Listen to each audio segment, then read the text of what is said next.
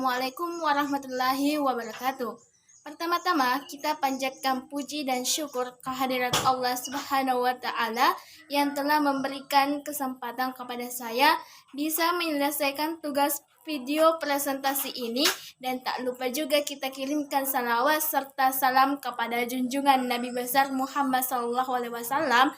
Halo teman-teman, nama saya Sukmawati, NIM 2169010140, Prodi Teknologi Pendidikan, Fakultas Keguruan dan Ilmu Pendidikan dari Universitas Muhammadiyah Bone.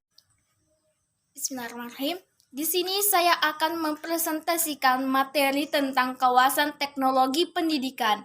Dalam kawasan teknologi pendidikan terdapat 5 kawasan, yaitu kawasan desain, kawasan pengembangan, kawasan pemanfaatan, kawasan pengelolaan, dan kawasan penilaian. Materi pertama, kawasan desain. Pada desain adalah proses untuk menentukan kondisi belajar. Tujuan desain ialah untuk menciptakan strategi dan produk pada tingkat makro seperti program dan kurikulum, dan pada tingkat mikro seperti pembelajaran dan modul. Pada kawasan desain meliputi 7 bagian-bagian, yaitu 1. Deskripsi kawasan. Kawasan desain paling tidak meliputi 4 cakupan utama dari teori dan praktik. Cakupan ini dapat diidentifikasi karena masuk dalam lingkup pengembangan penelitian dan teori. Kawasan desain meliputi studi mengenai desain sistem pembelajaran, desain pesan, strategi pembelajaran, dan karakteristik pembelajar. Yang kedua, desain sistem pembelajaran, yaitu desain sistem pembelajaran atau DSI adalah prosedur yang terorganisasi yang meliputi langkah-langkah penganalisaan, perancangan, pengembangan, pengaplikasian, dan penilaian pembelajaran. Yang ketiga, desain pesan. Desain pesan dalam kawasan desain di sini meliputi perencanaan untuk merekayasa bentuk fisik dari pesan. Yang keempat, strategi pembelajaran. Strategi pembelajaran dalam kawasan desain adalah spesifikasi untuk menyeleksi serta mengurutkan peristiwa belajar atau kegiatan pembelajaran dalam suatu pelajaran. Yang kelima, karakteristik pembelajaran. Karakteristik pembelajaran dalam kawasan desain di sini adalah segi-segi latar belakang, pengalaman pembelajaran yang berpengaruh terhadap efektivitas proses belajarnya. Yang keenam, kecenderungan dan permasalahannya. Kecenderungan dan permasalahan dalam kawasan desain di sini yaitu berpusat pada penggunaan desain sistem pembelajaran atau DSP yang tradisional, aplikasi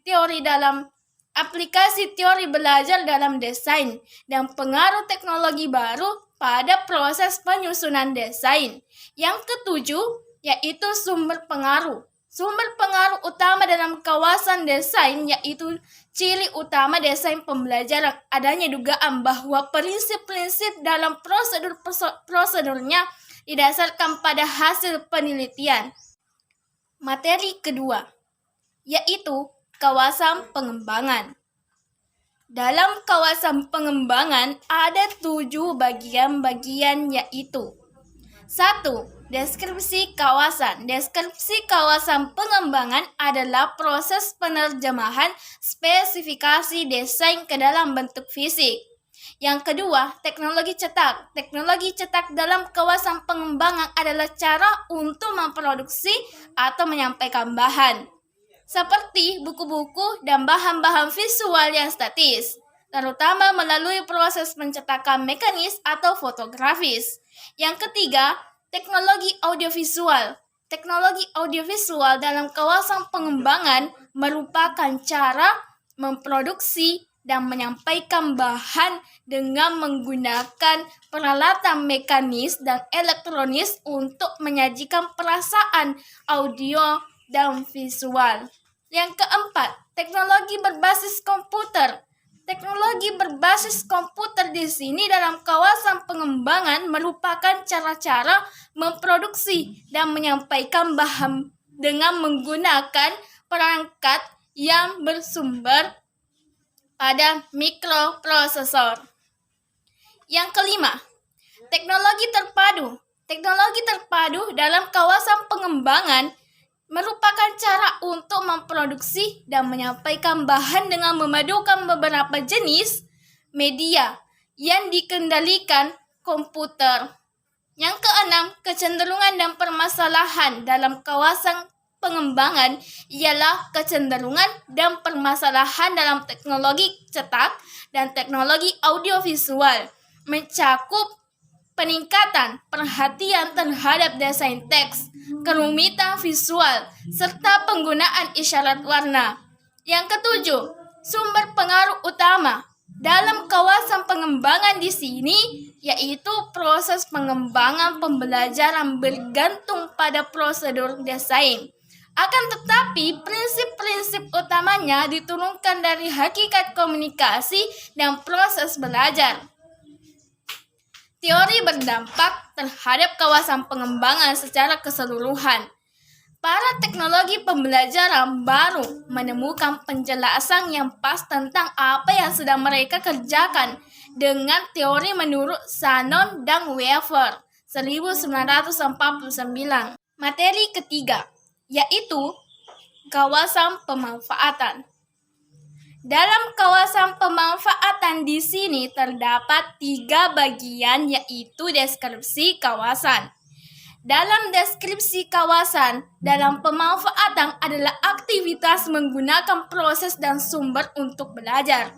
Fungsi pemanfaatan penting karena membicarakan kaitan pembelajar dengan bahan atau sistem pembelajaran.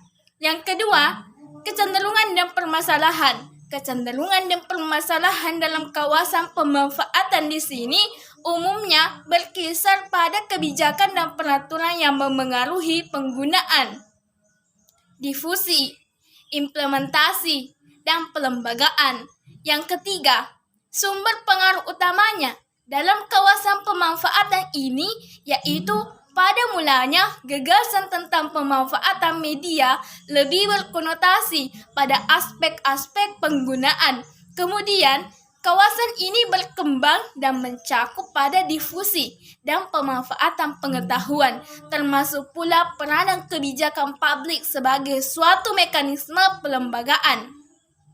Materi keempat, yaitu kawasan pengelolaan. Terdapat 3 bagian, yaitu 1. Deskripsi kawasan dalam pengelolaan meliputi pendidikan teknologi pembelajaran melalui perencanaan, pengorganisasian, pengordinasian, dan supervisi. Yang kedua, kecenderungan dan permasalahan. Dalam kawasan pengelolaan di sini yaitu kecenderungan terhadap peningkatan dan pengelolaan kualitas dari dunia industri. Tampaknya akan menyebar ke dunia pendidikan. Jika memiliki, hal tersebut akan membawa dampak pada kawasan pengelolaan.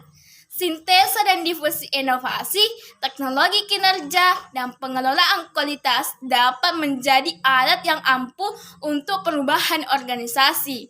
Yang ketiga, sumber pengaruh utamanya dalam kawasan pengelolaan yaitu persoalan-persoalan pengelolaan dalam bidang teknologi pembelajaran muncul akibat pengaruh aliran perilaku dan berpikir sistematik behaviorisme serta aspek humanistik dari teori komunikasi, motivasi, dan produktivitas. Materi kelima yaitu kawasan penilaian. Dalam kawasan penilaian terdapat 3 bagian yaitu 1. Deskripsi kawasannya dalam penilaian adalah proses penentuan memadai tidaknya pembelajaran dan belajar. Penilaian mulai dengan analisis masalah. Pada analisis masalah ini merupakan langkah awal yang penting dalam pengembangan dan penilaian pembelajaran karena tujuan dan hambatan dijelaskan pada fleksibilitas atau nilai dari suatu program, produk, proyek, proses, tujuan, atau kurikulum. Yang kedua, kecenderungan dan permasalahan dalam kawasan penilaian yaitu membutuhkan kebutuhan dan jenis front analysis. Yang lain semua berorientasi terutama pada perilaku dengan menitik beratkan pada data kinerja, penjabaran materi atau isi menjadi bagian-bagian yang lebih kecil.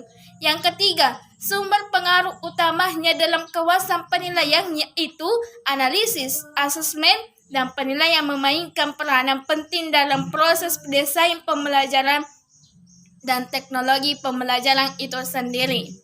Terima kasih. Wassalamualaikum warahmatullahi wabarakatuh. Jangan lupa di like, komen, dan share, dan subscribe ya teman-teman. Dadah!